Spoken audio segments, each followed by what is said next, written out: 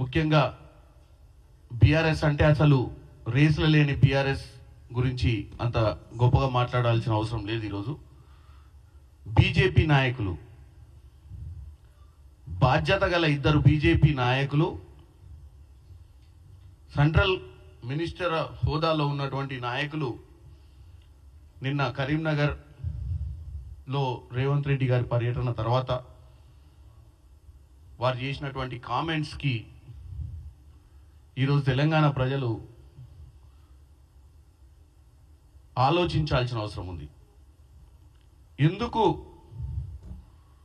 BJP నాయకులు నిన్న రాత్రి కిషన్ రెడ్డి గారు కానీ ఈరోజు పొద్దున బండి సంజయ్ గారు కానీ ఆ విధంగా స్పందించాల్సిన అవసరం ఎందుకు వస్తుందని.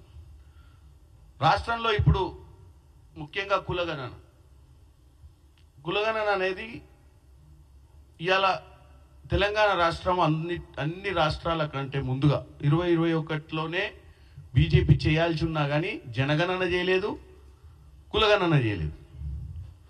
చేసినటువంటి కాంగ్రెస్ ప్రభుత్వాన్ని ఈరోజు మన రాష్ట్రం నుంచి అయిందని గర్వపడాల్సింది పోయి తెలంగాణ ప్రజలను తప్పుతో పట్టించే ప్రయత్నం చేస్తున్నట్టుగా ఒక ఎగ్జాంపుల్ చెప్తా క్లియర్గా.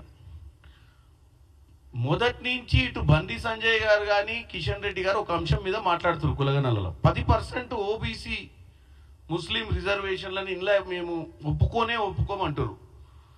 వాళ్ళు తెలుసుకోవాల్సింది ఒకటి, 1960 నుంచి మొదలు పెడితే ఈ ఓబీసీ మైనార్టీలు, ముస్లిం మైనార్టీ సోదరులు ఓబీసీలో ఉన్నారు. ఏ రాష్ట్రంలో ఉన్నారు?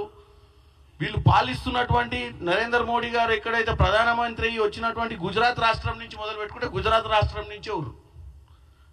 ఎన్నో సంవత్సరాలుగా వీళ్ళు అధికారంలో ఉన్న ఉత్తరప్రదేశ్లో ఉన్నారు. ఇవాళ పాలిస్తున్నటువంటి మహారాష్ట్రలో ఉన్నారు, మధ్యప్రదేశ్లో ఉన్నారు. మరి ఎందుకు ప్రజల్ని ఎందుకు కన్ఫ్యూజ్ చేస్తారు? తెలంగాణ ప్రజల్ని మీరు ముస్లిం సోదరులను టార్గెట్ చేస్తే మీరు ఎక్కడో కొన్ని నోట్లు పోలరైజ్ చేసుకోవాలన్న ఆలోచనతోటి మీరు మొత్తమే హిస్టరీని రీరైట్ చేయడంలో మీరు నెంబర్ 1. అంటే ఇప్పుడు ఇది హిస్టరీ కూడా కాదు, ఇది ప్రజెంట్. సింపుల్. ఓబీసీ ముస్లిమ్స్ అనేది ప్రతి రాష్ట్రంలో ఉన్నారు. ఇది ఎప్పటి నుంచో నడుస్తుంది. దీంట్లోనే మన కులగణన చేసినప్పుడు మనం క్లారిటీ తోటి 56% ఓబీసీలు ఉన్నట్టు మనం ఈరోజు లెక్క తేల్చి చెప్పినాం.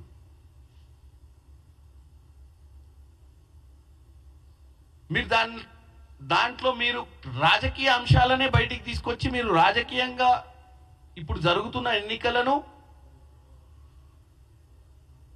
పోలరైజేషన్ చేయాలి, కొన్ని కులాల మధ్యన చిచ్చు పెట్టాలన్న ఉద్దేశంతో మాట్లాడుతున్నట్టే ఉంది కానీ మీరు వాస్తవాలు చెప్పాలన్న ఉద్దేశంలో లేదు. ఇక పోతే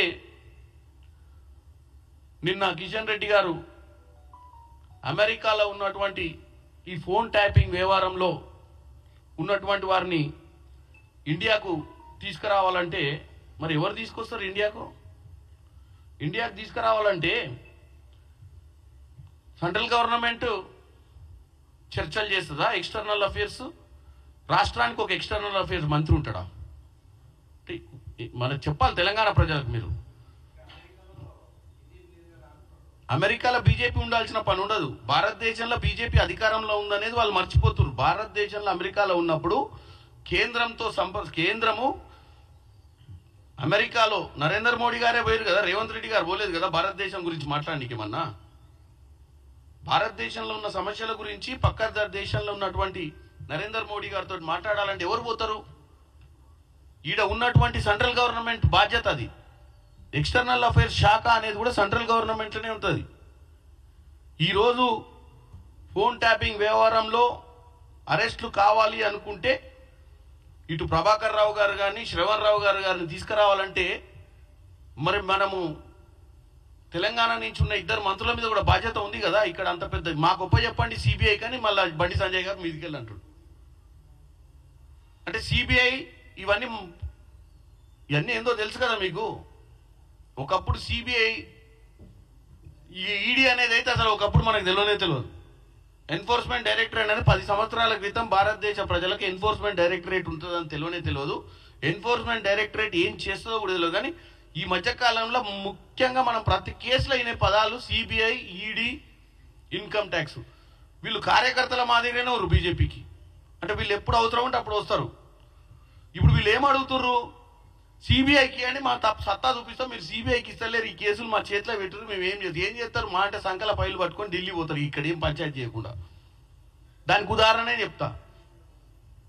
ఈ రేస్ మొన్న జరిగినటువంటి స్కామ్లో మరి అదే వాళ్ళకే ఈడీకే ఇచ్చారు కదా. ఈడీ ఇప్పటిదాకా ఎందుకు యాక్షన్ తీసుకోవట్లేదు బండి సంజయ్ గారు? మీరు హోంశాఖలనే ఎవరు కదా, ఎంఓఎస్గా. ఇదే రాష్ట్రంలో ఈ రేస్లో జరిగిన అవకతవకలు క్లియర్ కట్ పిక్చర్ ఉంది. మున్సిపల్ ఫండ్స్ని దుర్వినియోగం చేసిర్రు అనేది క్లియర్ కట్ పిక్చర్. ఇక దాంట్లో మీరు ఎంక్వైరీ కూడా చేయాల్సిన అవసరం లేదు. క్లియర్గా మేము మా సెక్రటేరియట్లో మీరు పోతే క్లియర్గా ప్రూఫ్స్ ఉన్నాయి. క్యాబినెట్ పెట్టకుండా, క్యాబినెట్ ఆమోదం లేకుండానే డబ్బులు ప్రజల సొమ్మును డైరెక్ట్ తీసుకుపోయి వాళ్ళ అవసరాల కోసము, వాళ్ళ మిత్రుల్ని కాపాడుకోనిక కోసము ఆ రోజున్న మున్సిపల్ శాఖ మంత్రి గారు దుర్వినియోగం చేసినట్టుంది. మరి ఇప్పుడు మీరు ఈడీ వాళ్ళు వచ్చిరు కదా ఈ రేస్లో, మరి ఇమ్మటే అరెస్ట్ చేయొచ్చు కదా, మీ బాధ్యతనే కదా. అది చేయలేదు. ఈ గొర్రెల స్కామ్ ఉంది, ఆ గొర్రెల స్కామ్లో కూడా మీ చేతుల్లోనే ఉండే కదా, ఈడీ చేతిలో. స్కామ్ మొత్తం క్లియర్ కట్ అందరికి తెలుసు, మరి దాని మీద కూడా పురోగతి లేదు.